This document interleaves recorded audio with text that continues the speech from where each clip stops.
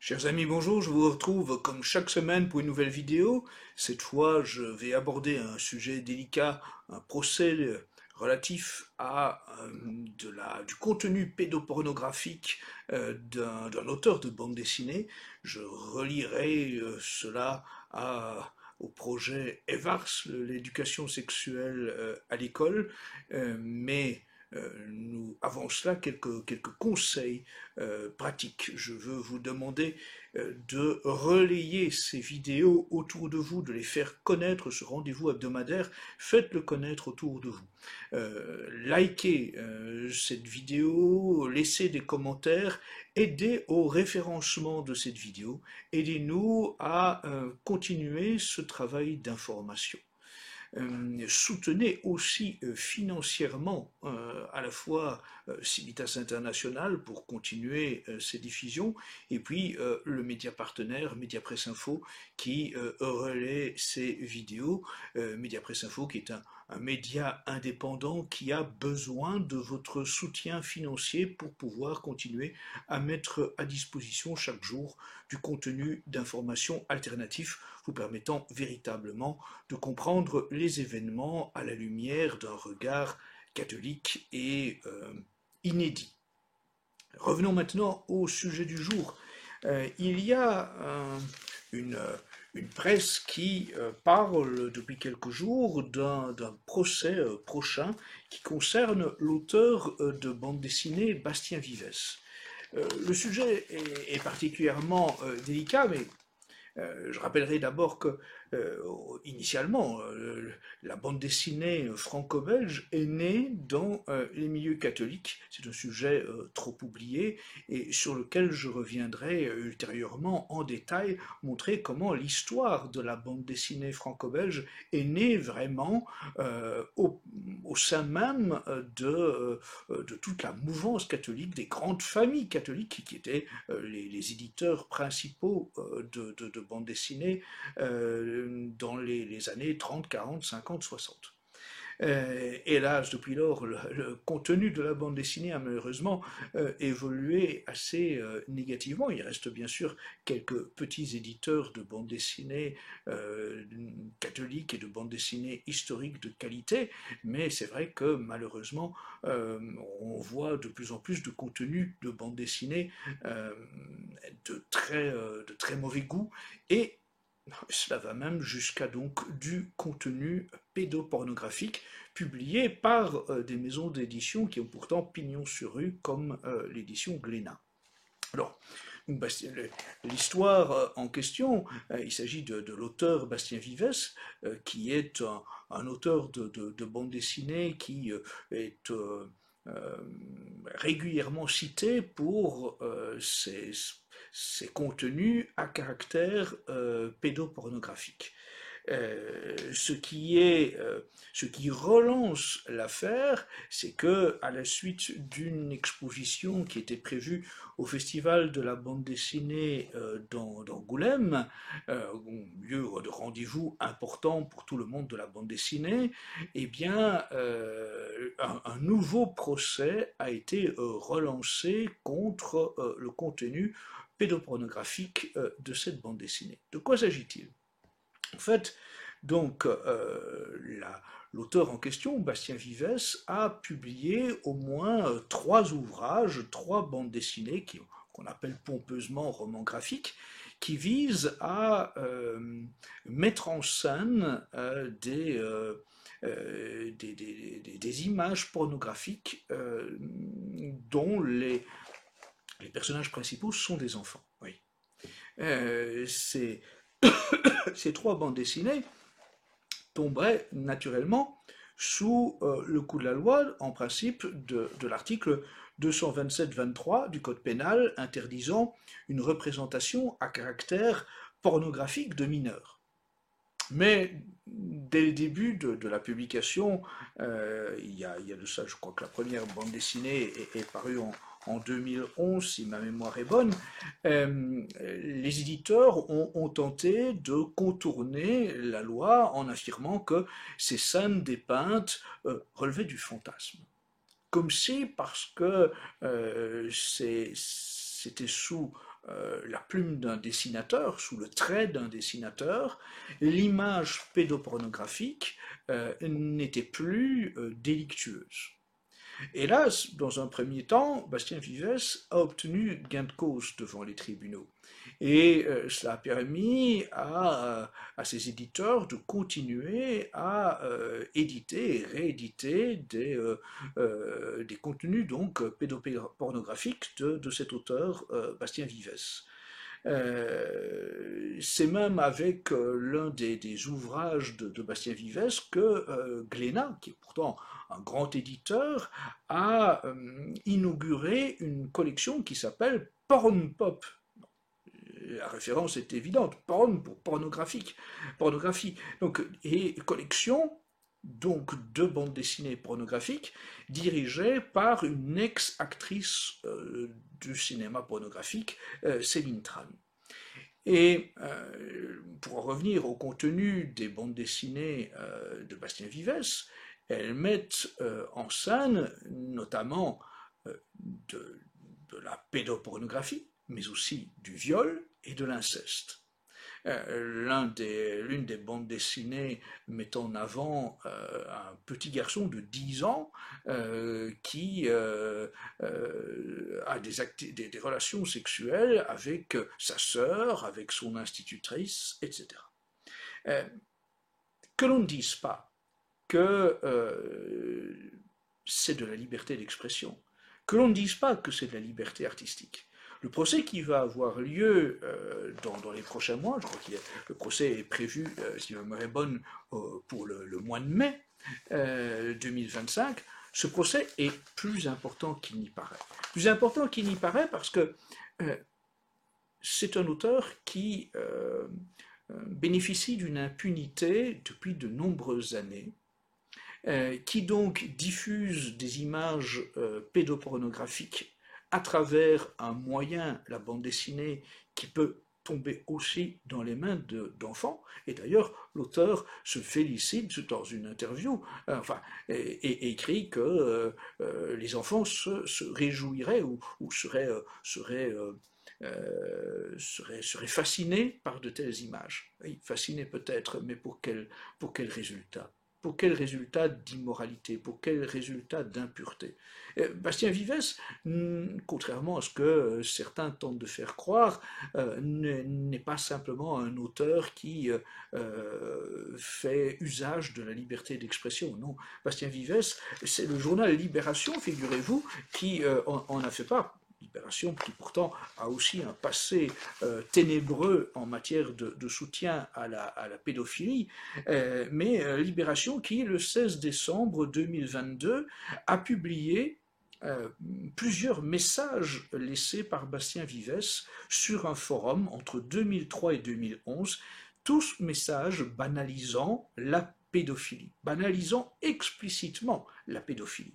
Il y a même un message qui laissé par Bastien Vivès, qui, sous un pseudonyme, recherche un manga pédophile dans lequel les héroïnes, si l'on peut dire, sont des petites filles de 3 et 4 ans qui ont des relations pédosexuelles, pédopornographiques. Vous voyez, à qui a-t-on affaire? Un personnage qui en réalité donc a des pensées absolument ignobles, scandaleuses, et qui pendant plus de 10 ans a bénéficié du soutien de nombre d'éditeurs, d'auteurs, d'artistes, et qui encore aujourd'hui se voit soutenu par un comité qui parle de liberté d'expression. On ne peut pas laisser penser que parce que c'est du dessin, ce doit être toléré. Le dessin qui représente de la pédopornographie est bien une incitation à la pédopornographie. Quoi qu'en dise l'auteur, quoi qu'en disent les éditeurs, il s'agit bien à travers un tel média de permettre une banalisation de la pensée, de l'image pédophile, pédopornographique. Et comment penser qu'en suscitant de l'intérêt pour des images pédopornographiques, On ne va pas faire naître ensuite, chez les personnes qui s'en régalent, des tentations supplémentaires pour passer du dessin à la photo, de la photo à l'image, et donc être bien dans la triste et scandaleuse réalité de la pédocriminalité. On ne peut pas permettre aujourd'hui, avec tout ce qu'on sait sur le développement de la pédocriminalité, on ne peut pas permettre que de telles représentations graphiques de la pédophilie, de la pédocriminalité, puissent continuer à être diffusées.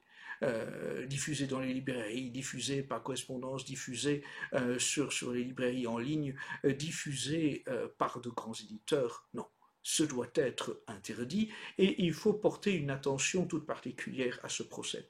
Il faut d'autant plus souligner l'importance de cela que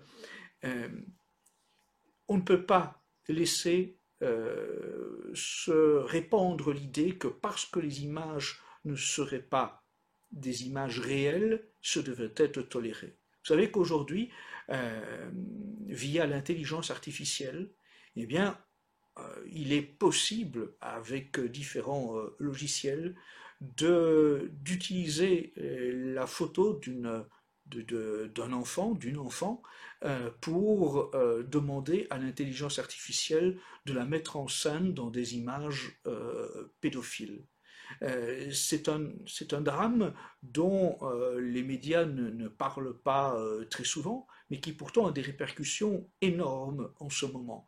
Vous voyez, il y a eu une étude parue aux États-Unis qui soulignait à quel point ce phénomène est en train de se répandre dans les écoles. De plus en plus d'enfants utilisent la photographie d'une de leurs camarades de classe ou d'une camarade de l'école dans laquelle ils se trouvent et vont utiliser l'intelligence artificielle pour transformer la photographie de leur condisciple et la mettre dans une situation de nudité, voire de pornographie. La situation est vraiment désormais dramatique.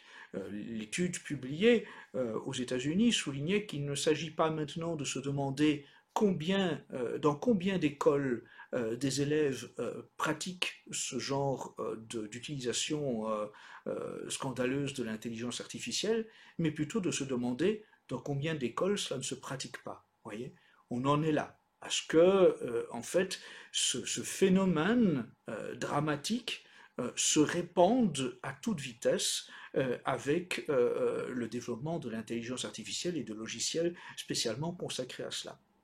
Les conséquences, elles sont véritablement dramatiques. Je n'utilise pas le terme dramatique de façon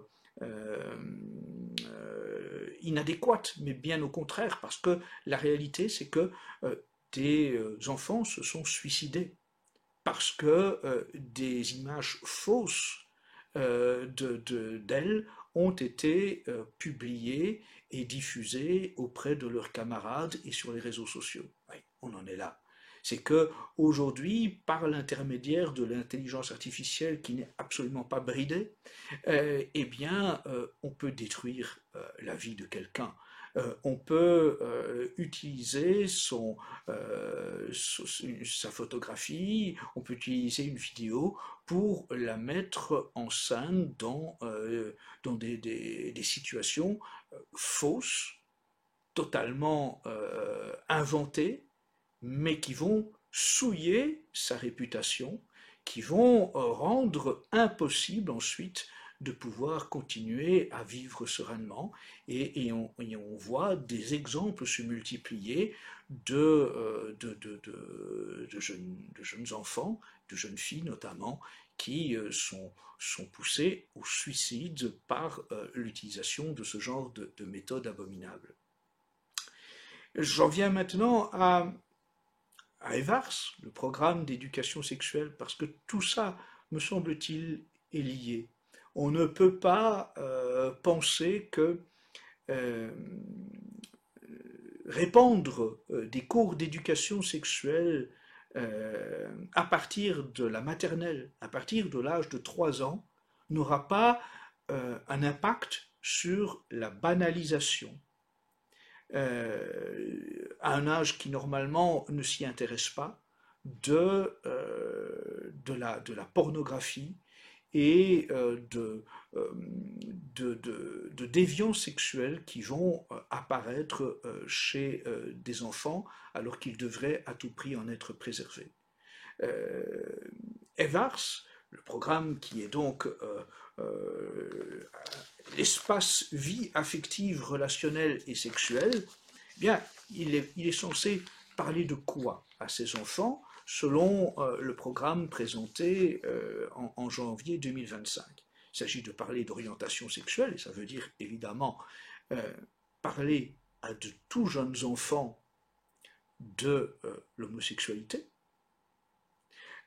Il s'agit de parler de ce qu'ils appellent l'identité de genre, et donc laisser penser à de jeunes enfants que leur réalité biologique peut être modifiée.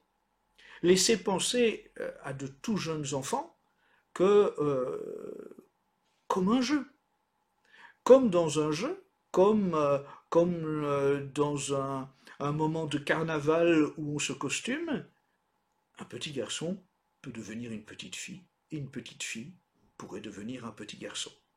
Sauf qu'à partir du moment où on met ça dans la tête des enfants, on sait que cela va ensuite être exploité par des idéologues qui vont proposer à ces enfants ce qu'ils appellent des changements de sexe, par des traitements hormonaux d'abord, puis à des chirurgies ensuite, qui vont rendre ces enfants d'abord stériles, et puis ensuite qui vont les charcuter et leur faire vivre un refus du réel qui va ensuite les laisser dans le plus grand désarroi pour le reste de leur vie. Et on voit bien qu'il y a là aussi énormément de suicides et de tentatives de suicide qui ont lieu après des changements d'identité de genre selon leurs termes.